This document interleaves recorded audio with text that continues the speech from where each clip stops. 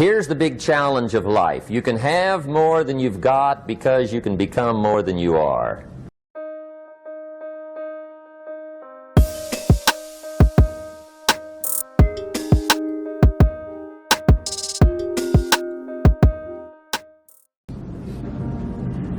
I have found in my experience that income does not far exceed personal development.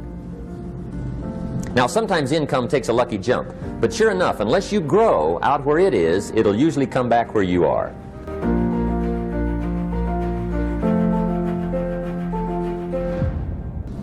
If somebody hands you $1 million, best you become a millionaire quickly, so you get to keep the money. Otherwise, sure enough, it'll disappear. Somebody once said, if you took all the money in the world, divided it up equally among everybody, it would soon all be back in the same pockets.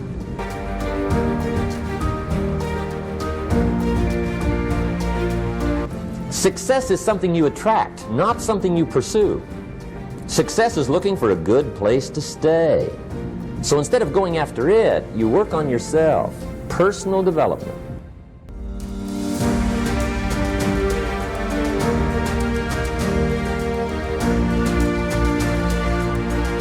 See, the major question to ask on the job is not what are you getting. The major question to ask on the job is what are you becoming?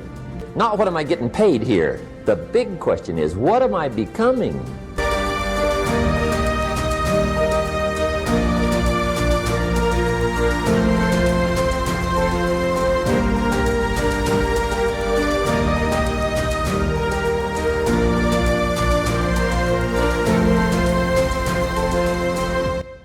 True happiness is not contained in what you get.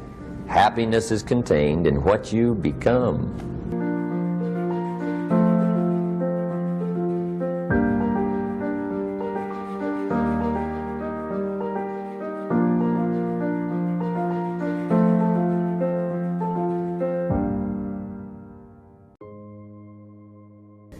The next subject is my favorite, setting goals. Mr. Shelf taught me how to set goals. One morning at breakfast, shortly after I met him, he said, Jim, let me see your current list of goals and let's go over them and talk about them. He said, maybe that's the best way I can help you get a better direction started. And I said, I don't have a list. He said, well, is it out in the car or home somewhere? I said, no, sir. I don't have a list anywhere. He said, well, young man, that's where we got to start.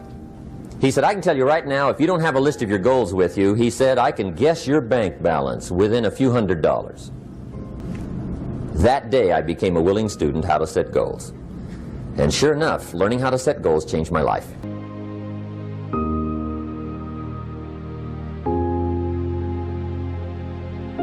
Human beings are emotional creatures, and emotions are powerful for life change.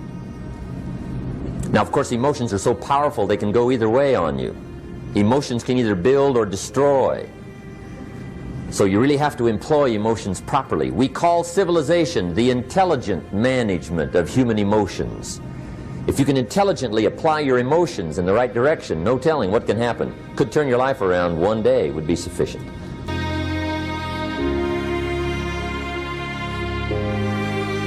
The major key to your better future is you. I used to wonder why two people could work for the same company, one make twice as much money. Now see, that used to puzzle me. And maybe they were the same age, graduated from the same school, live in the same community, work for the same company, with the same products and the same services. They've got the same traffic, the same problems, and one makes $1,000 a month, the other one makes $2,000 a month. But what makes the difference? Why would one person do twice as well, 3 times as well? Speaking economically, now I know there's more than one way to do well. I understand that. But in this little narrow area called compensation, what's the difference? Value makes the difference in results. You can't get more time, but you can create more value.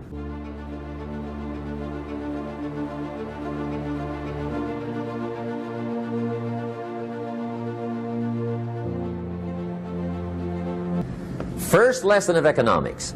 We primarily get paid for value. Bringing value to the marketplace, that's how you get paid. You don't get paid for the time. I know it takes time to bring value to the marketplace, but you get paid for the value, not the time. Is it possible to become twice as valuable at the marketplace and make twice as much money in the same time? Could you become 3 times as valuable, make 3 times as much money in the same time? Is that possible? The answer is yes, if you go to work primarily on yourself. Learning to work primarily on yourself. How do you develop an above average income? And the answer is, become an above average person. Learn to work harder on yourself than you do on your job.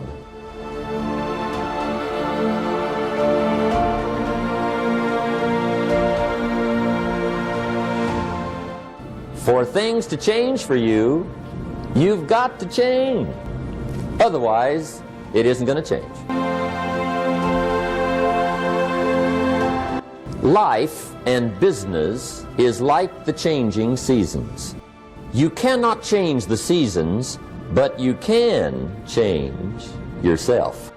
And see, that's how life gets better for you, not by chance, but by change.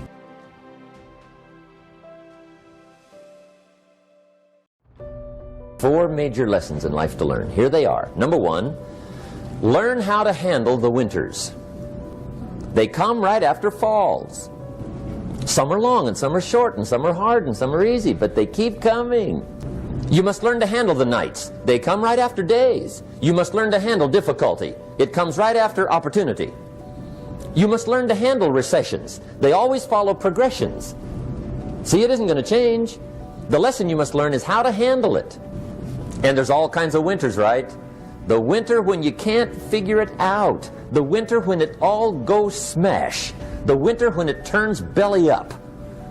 The winter when it won't work, when you've run out of money and you've got a broken heart. See, those are winter times. There's all kinds. Economic winters, social winters, personal winters. When your heart is smashed in 1,000 pieces and the nights are unusually long. Your prayers seem to go no higher than your head. It's wintertime. How do you handle the coming winters and the disappointments and the down times? Well, you can't get rid of January by tearing it off the calendar. But here's what you can do. You can get stronger, you can get wiser, and you can get better. The winters won't change, but you can. And that's how life changes for you. Don't wish it was easier. Wish you were better. Don't wish for less problems. Wish for more skills. Don't wish for less challenge. Wish for more wisdom.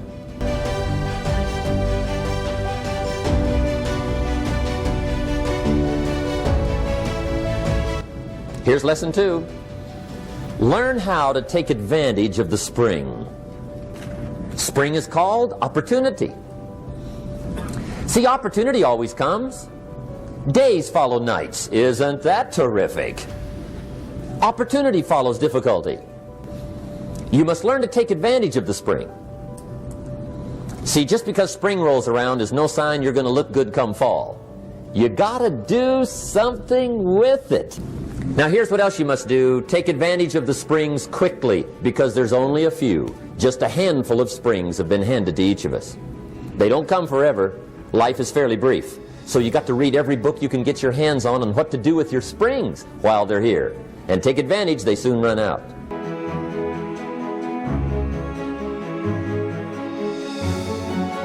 Here's the third major lesson in life to learn. Learn how to protect your crops all summer. You got to take care of what you start. Sure enough, as soon as you've planted your garden in the spring, the busy bugs and the noxious weeds are out to take it. And here's the next bit of truth. They will take it unless you prevent it. And that's the third major skill to learn. You've got to learn to prevent the intruder from taking all the good you start. It's one of the challenges. Here's two key phrases under number 3. First one, all good will be attacked. On this planet. Maybe not the next one we get to, but on this one, all good will be attacked. Every garden will be invaded. Not to think so is naive. And here's the second phrase. All values must be defended. Political values, social values, community values, family values, marriage values, friendship values, business values. Every garden must be tended all summer.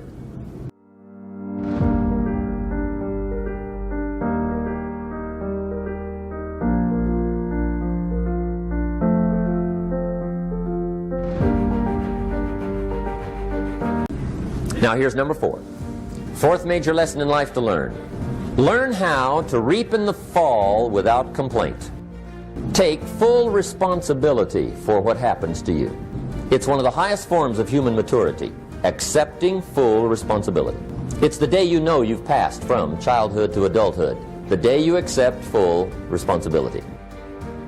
And another note, learn to reap in the fall without apology. Without apology if you do well, and without complaint if you don't. That's maturity.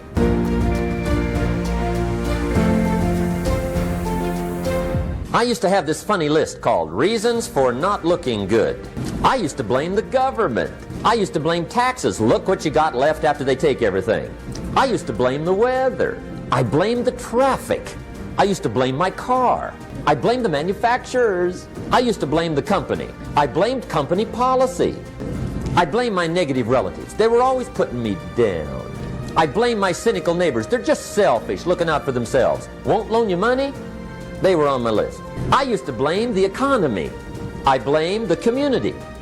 That's a pretty good list for not doing well, isn't it? I thought it was good. I'll never forget one day. Mr. Schoaf was very kind, but he was also very blunt. One day, with sort of a curious look on his face, he said, "Jim, just out of curiosity, tell me, how come you haven't done well up until now?" I thought, well, so I won't look too bad, I'll go through my list. And this list I just gave you, I put that on him. And he was very patient. He let me go through the whole thing, the government, the weather. I went through this whole thing. When I finished, he looked my list over very carefully. He said, "Mr. Rohn, big problem with your list. You ain't on it." See, I used to blame everything outside. And then let me give you a little philosophy that helped turn my life around. It's not what happens that determines the quality or the quantity of your life. So that's a key phrase. It's not what happens, it's what you do that changes everything.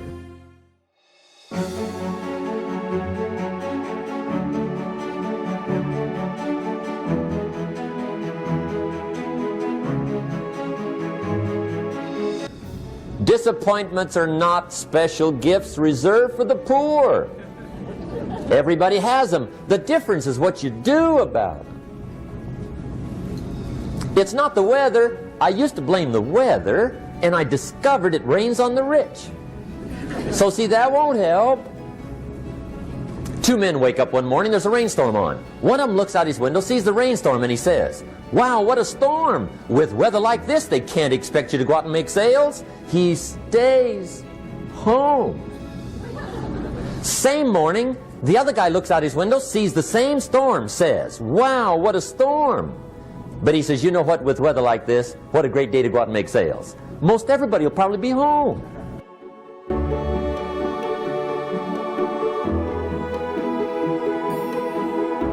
Starting tomorrow, what are you going to do that'll make a change in your life's direction? Now see, if you don't do something starting tomorrow that'll make a difference, guess what? It's gonna be the same. And see, that way you can guess what the next 5 years are gonna be like. Look at the last 5.